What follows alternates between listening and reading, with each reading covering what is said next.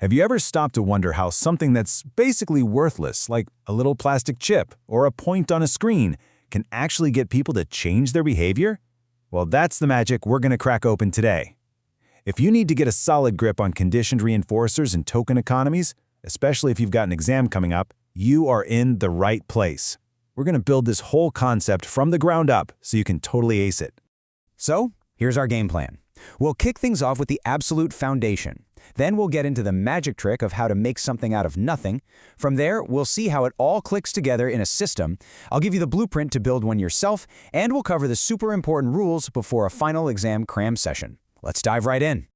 Okay, first things first, we've got to start with the single most important building block for this entire topic. Seriously, without understanding this, none of the other stuff makes any sense. So, what is a reinforcer really? It's just anything that happens after a behavior that makes that behavior more likely to happen again in the future. The key word you need to burn into your brain is effect. If you give a kid a gummy for cleaning their room and they start cleaning their room more often, boom, the gummy was a reinforcer.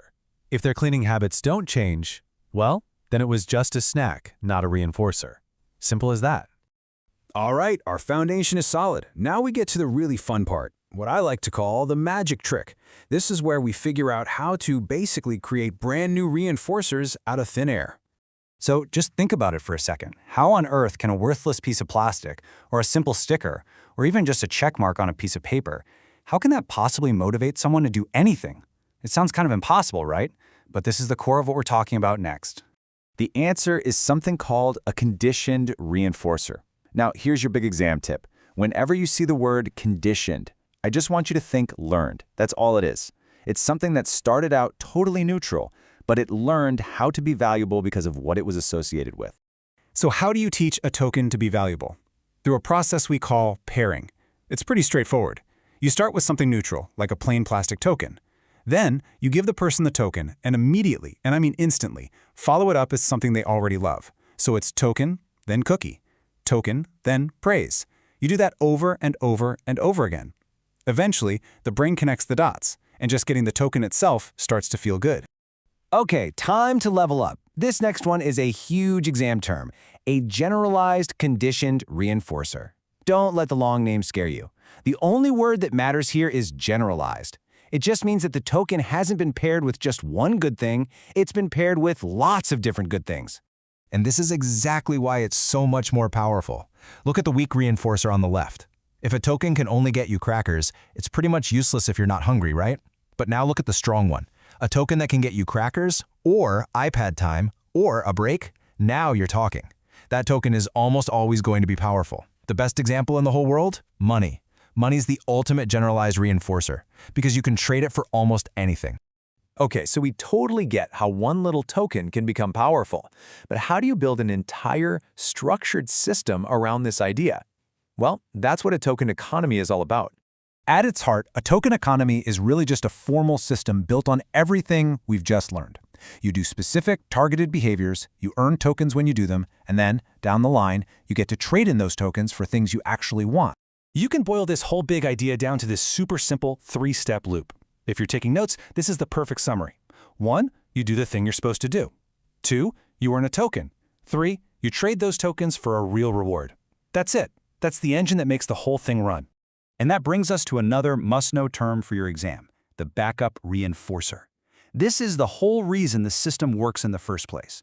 The tokens, they're just symbols, they're placeholders. The backup reinforcers are the real prizes, the snacks, the toys, the extra screen time. Without awesome backup reinforcers, your tokens are just worthless pieces of plastic. All right, enough theory. Let's get down to brass tacks. How would you actually build one of these systems from scratch? Let's walk through the blueprints step by step. Getting the setup right is absolutely critical. First, you have to teach the system. Everybody involved needs to know exactly how the game is played. Second, and this is a big one, you have to define the behaviors with crystal clear precision. Be nice is way too vague. Raise your hand before speaking is perfect. Third, make the rules for earning a token super clear. And finally, a pro tip. Make it really easy to earn tokens at the very beginning. You want people to experience success early on to get them bought in. You know, even the token you pick matters. Of course, it's got to be safe and durable and cheap. But here's the thing people often forget.